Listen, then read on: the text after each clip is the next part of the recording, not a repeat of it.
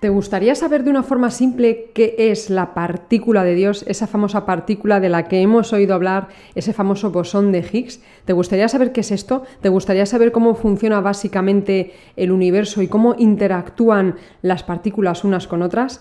Y sobre todo, ¿te gustaría saber no solo la parte científica, que te la voy a explicar porque ya sabes que yo soy ingeniero y voy a poner en este vídeo un poquito más esa mente científica, sino que luego después voy a extrapolar todo este conocimiento que ya existe, lo voy a extrapolar a nuestro día a día, en cómo funcionamos realmente y cómo interactuamos, nos guste o no, lo veamos o no, los unos con los otros. Y porque es súper importante cómo nos movemos, cómo actuamos en esta vida, no solo para nosotros mismos, sino para todos los demás. Evidentemente vamos a influir mucho más en las personas más cercanas, pero muchas veces nuestras actitudes, nuestros pensamientos están influyendo también en todo ese campo que yo llamo la humanidad. Pero bueno, esta otra parte es un poquito más espiritual, es un poquito más mi interpretación y mi reflexión, y todo esto os lo traigo porque he estado hace poco de vacaciones en Suiza y me he acercado hasta Ginebra para conocer el famoso CERN, que es el centro donde se encuentra construida la máquina más grande jamás creada por el hombre, que es el LHC, o lo que es lo mismo, el Gran Colisionador de Hadrones. Sí, ese aro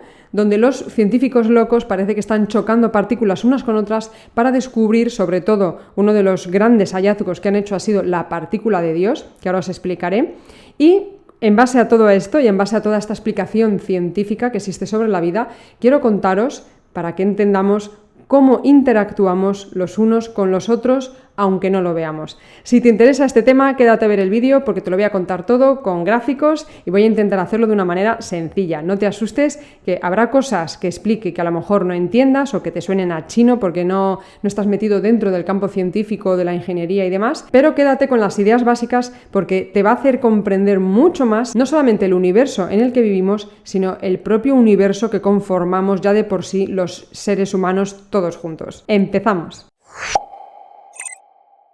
Bien, como muchos sabéis, mi formación básica o la clásica, por llamarlo de alguna forma, está basada en la ingeniería, porque sí que es cierto que desde muy pequeña me han atraído mucho los temas científicos, ¿no? Los descubrimientos, la comprensión, o sea, el intentar entender. Yo me hacía muchas preguntas, a pesar de que cuando era pequeña y cuando nací en un sistema que era católico, ¿no? Pues a mí desde pequeña pues me bautizaron, hice la comunión, fui a religión en lo que es en el colegio y demás. Y claro, a mí me hablaban de Dios, de Jesucristo y de todas estas cosas, pero yo siempre seguía preguntándome cosas y era como, incluso me llegaba a preguntar cosas como, vale, venga, acepto que hay un Dios que ha creado todo y tal, vale, pero ¿dónde está situado eso? O sea, yo miro al universo y veo lo increíblemente grande que es inabarcable, por lo menos por la mente humana de momento, y realmente era como, vale, ¿dónde se encuentra eso? ¿En qué espacio? Y vale, lo ha creado él y a lo mejor, venga, hay un motivo en concreto tal, pero ¿quién ha creado a Dios? ¿Y dónde está Dios? ¿No? Era todo como una locura en mi cabeza de preguntas que no tenían respuesta. A ver, no he encontrado esas respuestas, pero me fascina que el ser humano, a base de investigar, aunque solo sea a nivel científico, que para mi gusto, a la parte científica le falta extrapolar todos esos conocimientos a nuestro día a día, ¿no? A nuestro comportamiento humano. Quizás una de las personas que mejor ha hecho esta extrapolación, que ya he hablado muchas veces de él en este canal, es Jean-Pierre Garnier Mallet, porque él es un científico que parte de teorías y de cosas demostradas científicas y lo extrapola en lo que es la conducta humana, en lo que es el comportamiento humano, en lo que es nuestro día a día, en lo que necesitamos saber para poder entender un poquito más el para qué estamos aquí. No me voy a centrar en la teoría de él, más adelante quizás hable de ella porque además acaba de publicar hace poco un libro donde hace ya un desarrollo de toda la explicación científica, pero aquí me voy a centrar en las cosas básicas, es decir, en lo que ya está demostrado, en lo que ya está aceptado en el mundo científico y cómo eso vais a ver por pura lógica lo podemos hacer o por pura experiencia lo podemos experimentar, podemos comprobar que en lo pequeño, ¿no? En el microcosmos suceden una serie de cosas que estamos encontrando ahora que se pueden extrapolar bastante al macrocosmos, ¿no? O al mundo en el que vivimos los seres humanos, ya como una pieza completa llena de átomos, ¿vale? Una cosa es cómo se comporta un átomo y nosotros somos un conjunto de átomos, entre otras cosas, porque yo parto de la teoría de que somos algo más que solo materia, ¿no? Porque solo materia, por ejemplo, sería un cuerpo inerte, ¿no? Una persona que fallece, eso es materia, pero la persona antes de fallecer era algo más que materia, ¿no? Entonces, bueno, vamos paso por paso. Primero, me ha encantado la visita al colisionador de hadrones porque, bueno, aunque no llegas a entrar directamente dentro, evidentemente, sí que te explican un poco cómo funciona toda esta maraña. Aquí, como veis en la imagen, estaréis pensando, bueno, no tengo ni idea de qué es eso. Bueno, es súper sencillo. Básicamente, os lo voy a resumir todo y os lo voy a contar todo muy por encima. Así que, por favor, si hay aquí alguien que tenga mayor conocimiento científico y le gusten estos temas, encontrará que, bueno, que van a faltar datos o que va a faltar profundidad, sobre todo en lo que voy a contar, porque si no, esto daría para hacer una serie entera de vídeos, ¿no? Pero básicamente, en el colisionador de hadrones, lo que se está haciendo es elegir partículas simples, por ejemplo, la partícula del hidrógeno, que es una de las partículas más simples. Realmente lo que utilizan es una botella de hidrógeno muy pequeñita, pues de este tipo que estáis viendo en la imagen, y esta botella les duran años y años. Pueden hacer experimentos con ella, con esa misma botella, durante miles de años, ¿no? Porque realmente lo que hacen es sacar partículas de hidrógeno, bueno, es más complejo, pero digamos que las aceleran, las someten a una serie de condiciones de temperatura, de presión y demás, y las lanzan a este circuito, ¿no? El colisionador de hadrones, que es el anillo más grande. Y ahí hacen que las partículas choquen con una energía bastante grande, con muchísima energía y con una serie de condiciones concretas para poder crear nuevas partículas. Y os estaréis preguntando, bueno, ¿y cómo se crean nuevas partículas? Bueno, a veces parece muy simple, ¿no? Si yo choco dos partículas, puede ser que si el choque contiene muchísima energía, muchísima temperatura y demás, se pueden generar partículas nuevas. Entonces, a lo largo de este anillo hay diferentes sitios donde se realizan esos choques y donde se realizan las mediciones. Entonces, ¿qué es la famosa partícula de Dios? Supongo que lo habéis oído alguna vez y, bueno, a lo mejor muchos tenéis ya ese concepto, lo tenéis claro, ¿no? Pero quería contarlo aquí para que veáis un poco otra vez las maravillas de la vida, ¿no? Realmente la partícula de Dios, lo que viene a describir el bosón de Higgs, dicho de una manera más científica, realmente lo que viene a describir toda esta teoría es que existe un campo llamado el campo de Higgs, y también eso estaréis preguntando, bueno, ¿y qué es un campo? Es difícil de explicar, ¿vale? Porque a nivel teórico pues es como, bueno, la representación gráfica matemática de cómo se comportan una serie de partículas o fenómenos, ¿no? Por ejemplo, el campo gravitacional. Realmente el campo gravitacional se puede decir que está en todas partes en este universo, ¿no? Mientras exista masa, actúa la gravedad. Entonces se puede decir que el campo gravitacional está en todas partes. Está aquí, está aquí, está aquí, está aquí, está por todas partes, ¿no?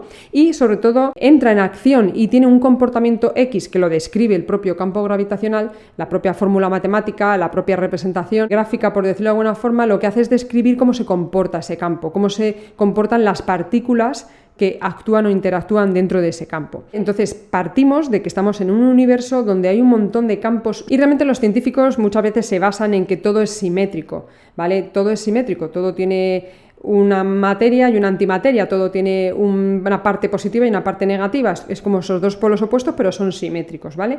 Y realmente todo campo tiene esas dos partes, tiene esa simetría. Y lo que ocurre es que las partículas de ese campo aparecen cuando yo sobreexcito algún punto de ese campo, de alguna forma, ya sea golpeándolo con mucha energía, aumentando la temperatura o lo que sea, lo que hago es que provoco una perturbación, una excitación en ese campo y ¡pum!, ahí nace una nueva partícula, ahí aparece una nueva partícula. Entonces, en este caso, en el bosón de Higgs, lo que lograron demostrar, a pesar de que era algo que ya estaba en la teoría, ¿no? Estaba en muchas cabezas ya estaba como muy demostrado con las fórmulas, pero por primera vez lograron demostrar en esta máquina, lograron comprobar que de verdad existe este campo de Higgs y que realmente cuando se le sobreexcita, de repente aparece la masa, es decir, de la nada, de un campo aparentemente invisible que no logramos ver, que no logramos medir con facilidad, sobreexcitándolo, golpeándolo, de alguna forma, ¡pim!, se lograba crear masa. La masa es muy importante porque realmente condiciona muchas historias, muchas teorías que existen en el universo, ¿no? Muchas teorías científicas.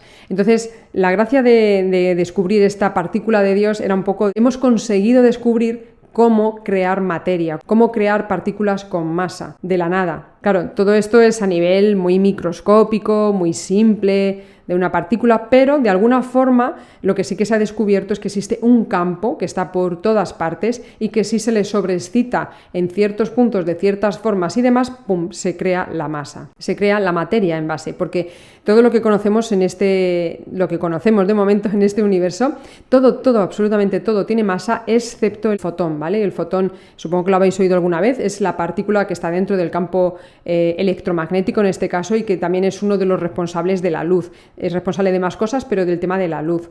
La luz también es un tema muy importante porque siempre, bueno, supongo que habréis oído que en este universo, en el universo que conocemos, absolutamente nada puede ir a la velocidad de la luz o más allá de la velocidad de la luz. Digamos que la mayor velocidad que se ha podido comprobar, alcanzar y que reina en este universo es la del fotón, la velocidad de la luz, que es una velocidad constante.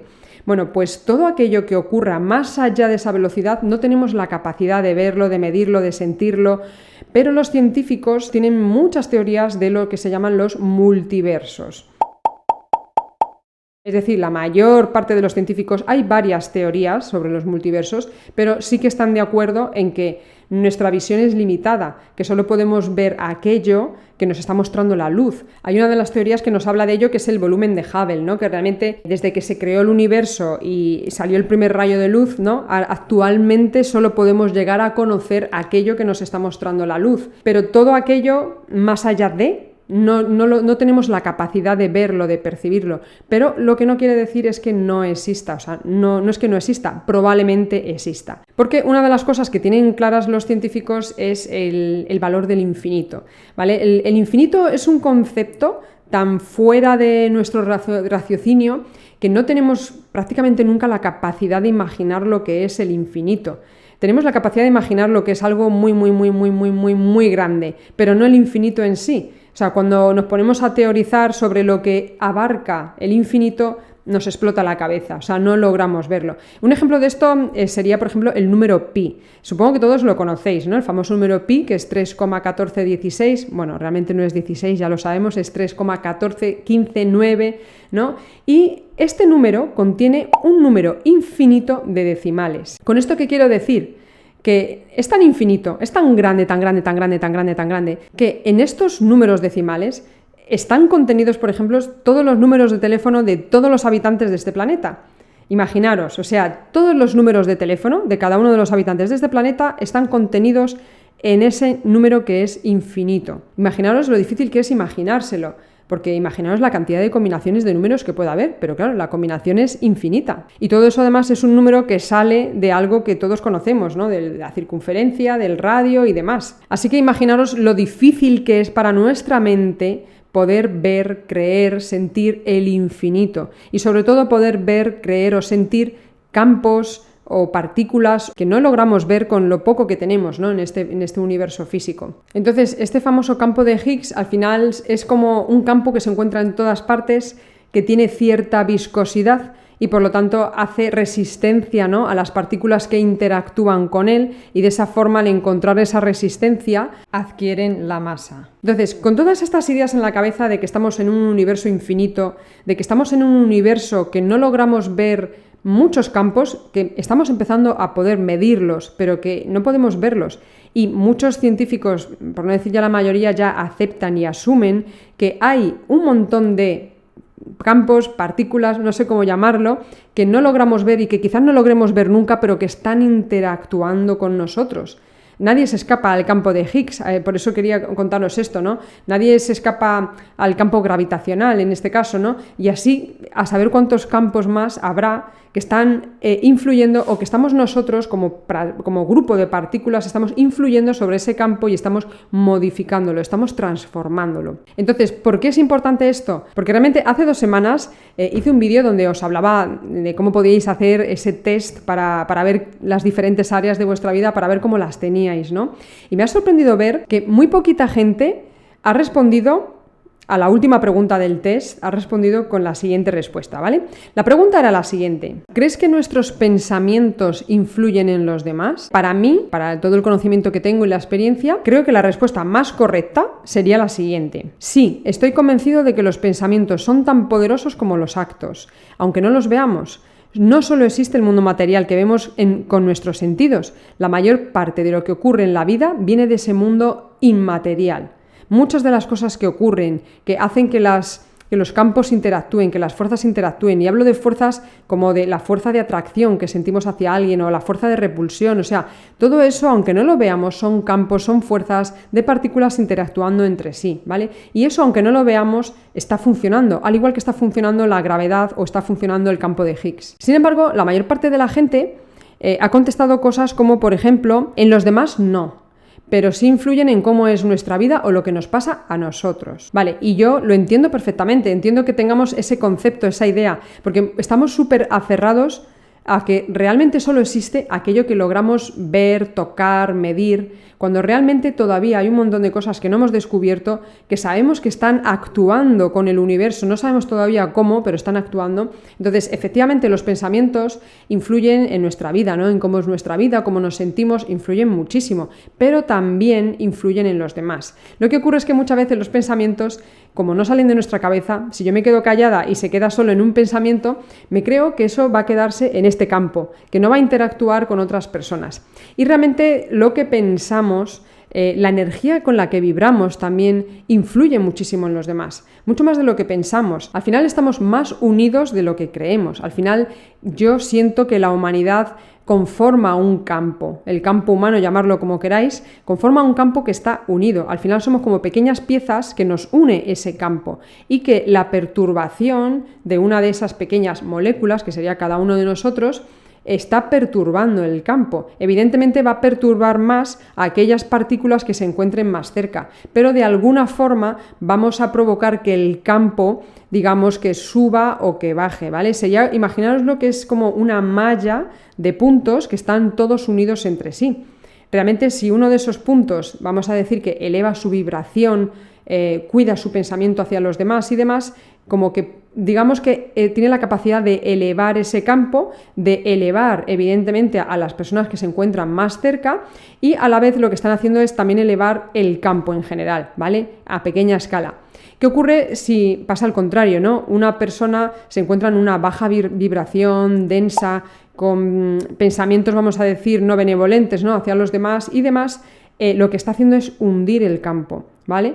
Entonces nos podemos encontrar, claro, con situaciones en nuestra vida de que entramos a un sitio y es como, aquí hay una energía densa, no notas la vibración, ¿no? Hay gente que dice, no notas la vibración, y hay gente que diría, no, pues yo no noto nada, ¿no? Y realmente sí, en esa parte del espacio, en esa parte del campo, hay algo o hay alguien o hay una mente, una consciencia que está generando esa perturbación, al igual que pasa con el lado contrario, ¿no? Cuando vamos a un sitio donde tiene alta vibración y podemos sentirla, realmente es porque hay personas en ese lugar que están elevando la vibración. Yo al menos de manera experiencial sí que puedo deciros que esto influye, porque podemos verlo, podemos ver cómo cambiando nuestros pensamientos no solo cambia nuestro estado de ánimo, sino que también podemos ver cómo cambia la actitud de los demás. Esto os lo he comentado muchas veces en este canal, pero realmente si sentís que alguien se pone en vuestra contra, se pone agresivo, si en ese momento tú te paras a vigilar qué estás pensando de esa persona, si tú limpias esos pensamientos, reconoces que a lo mejor estás teniendo un pensamiento que no es benevolente, que no está siendo un pensamiento de hermandad, ¿no? De alguna forma, de apoyo, de comprensión. Si tú logras ver que no es así, logras rectificarlo, verás que sin abrir la boca y sin hacer nada más, esa persona que tienes enfrente va a cambiar su actitud. Es que lo puedes experimentar, o sea, se puede comprobar. No hay una fórmula matemática que lo describa, pero se puede comprobar. Entonces, nuestros pensamientos, nuestra energía está influyendo en ese campo. Al mismo tiempo, también siento que hay objetos, puede ser, eso no lo tengo tan claro, pero pueden existir objetos que eleven la vibración. Supongo que muchos de los que seguís este canal pensaréis que sí, que existen los típicos sitios en la Tierra, ¿no? Donde hay ciertas líneas de energía, donde hay ciertas piedras, donde hay ciertas historias, ¿no? O ciertas geometrías. Hay gente que siente que eso también eleva el campo, ¿vale? Entonces, todo esto os lo quería contar porque para que veáis la parte del lado científico, donde ya muchos científicos, por no decir ya prácticamente todos, ¿no? La física moderna admite todas estas cosas, aunque no logremos medirlas, y sobre todo admite que hay campos que están por todas partes, que ocupan todo el espacio, y donde una perturbación evidentemente afecta también a todo el campo o afecta a las partículas que estén cercanas, ¿no? Pues en este caso yo os hablo del campo de la humanidad.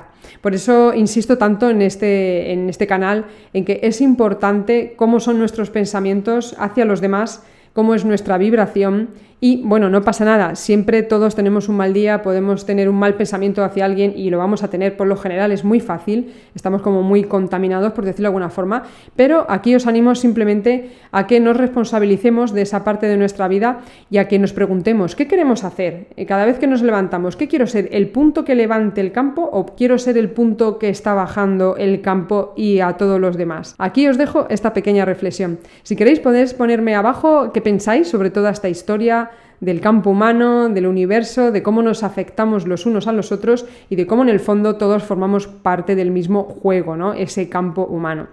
Así que sin más me despido, si te ha gustado el vídeo ya sabes, dale un like que me ayudas mucho y si eres nuevo en este canal y es la primera vez que entras y te gustan este tipo de contenidos te animo a que te suscribas porque voy a hacer más vídeos contando curiosidades sobre la vida, sobre el ser humano, sobre el planeta. Nos vemos.